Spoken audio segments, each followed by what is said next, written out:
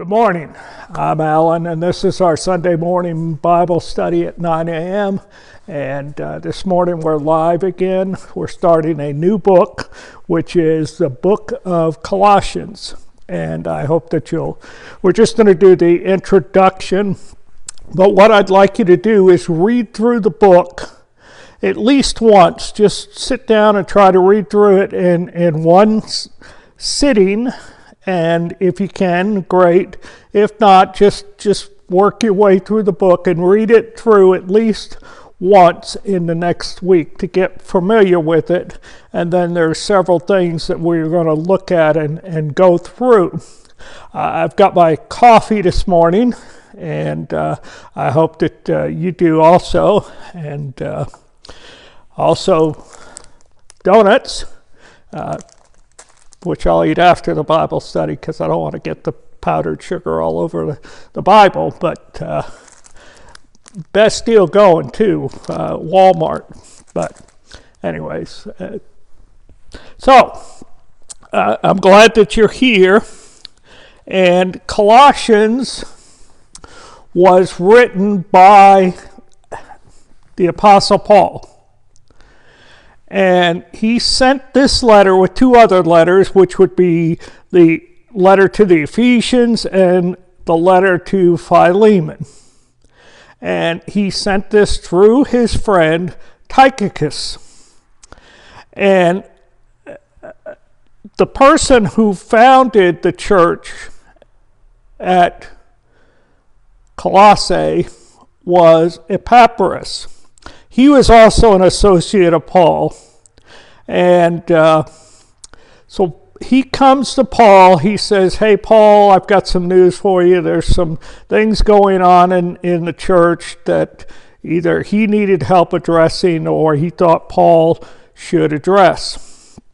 And so when Paul responds to the people of Colossae, he writes two letters. This one, which affects the whole church there, and of course us in the modern day as the church, and the letter with Philemon to deal with a specific problem one-on-one. And Philemon was about the runaway slave, and it's a good letter.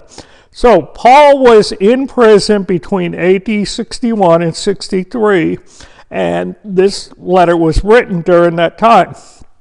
Some Bibles call it, some scholars call it the prison letters, and rightly so. And there are several issues that Paul is addressing.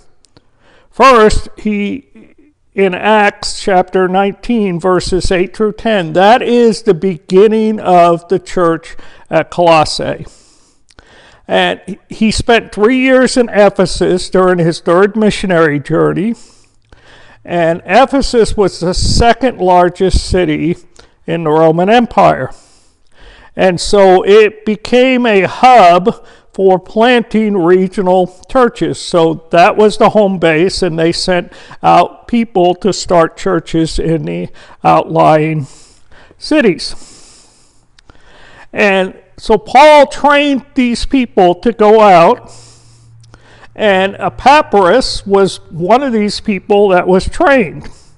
And so he went along, he was sent out to Colossae, along with the neighboring cities of Hierapolis and Laodicea, and they planted churches there. So one of the problems was syncretism of the early church. See, Christianity has Jewish roots, but because of the early missionaries, it grafted on Greek branches or Gentile or people like us.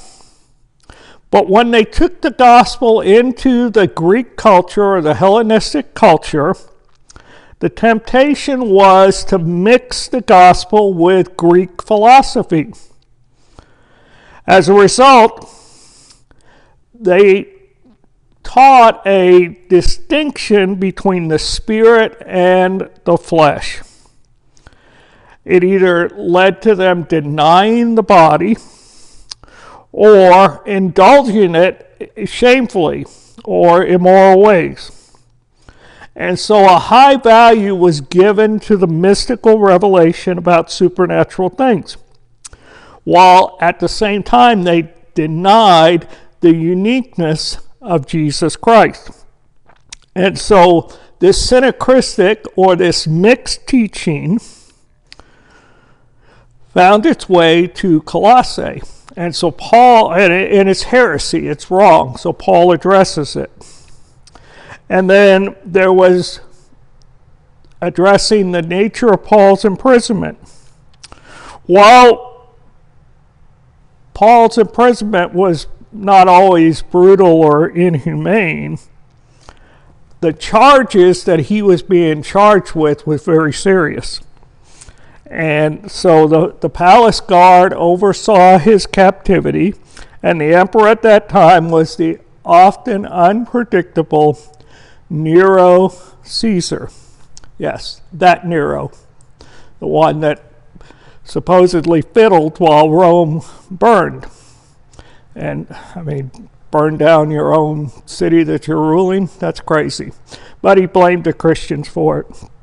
Okay, so there are practical questions that are answered for us in Colossae. In other words, what is so special about Jesus? See, he's much more than just another prophet. He is the very image of God in the flesh, and he is the creator of the universe. And Colossae shows us that. What's the difference between a Christian and a so-called spiritual person? Boy, and that's a question that's really relevant for today. See, spirituality seeks special knowledge and power from spiritual beings and rituals for one's own benefit. But Christians are reborn or renewed by the power of Jesus, and it's done by Jesus alone. See, spirituality tries to control the body by denying it, and it only makes lust and immorality stronger. Christians give control of their body over to Jesus and glorify him. And we'll see that again in chapter 2 of Colossae. And then what are the marks, or some of the marks, of a sanctified or holy lifestyle? See, we need to demonstrate unity with other believers regardless of their backgrounds. The church down the road, the church up the road, as long as they believe in Jesus Christ as Lord and Savior, we have that in common. There are things that we can disagree on. There are things that we'll differ on. But as long as we have the basics in common, then we need to agree and practice unity with other believers. It talks about having unity with believers, harmony in our households or houses, and integrity in our business dealings and in our work dealings.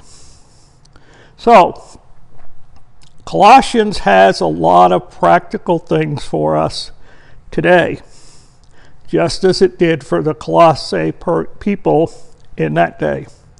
And so as we go through it, it's going to teach us to worship right, to think right, and to live right. So it's going to be a good study, exciting study. I hope that you'll follow along each week, and if you haven't liked this, subscribe to do that so that you can follow along with us as we go through. And don't forget, if you get a chance, read through it today. Read through the whole book. get a feel for the book, and then we'll start going by section, and it's going to be a great study. Don't forget, we'll be here live in Paris for worship, and if you can't make it, you can watch us live on Facebook and YouTube, and have a great Sunday, and we'll talk to you later.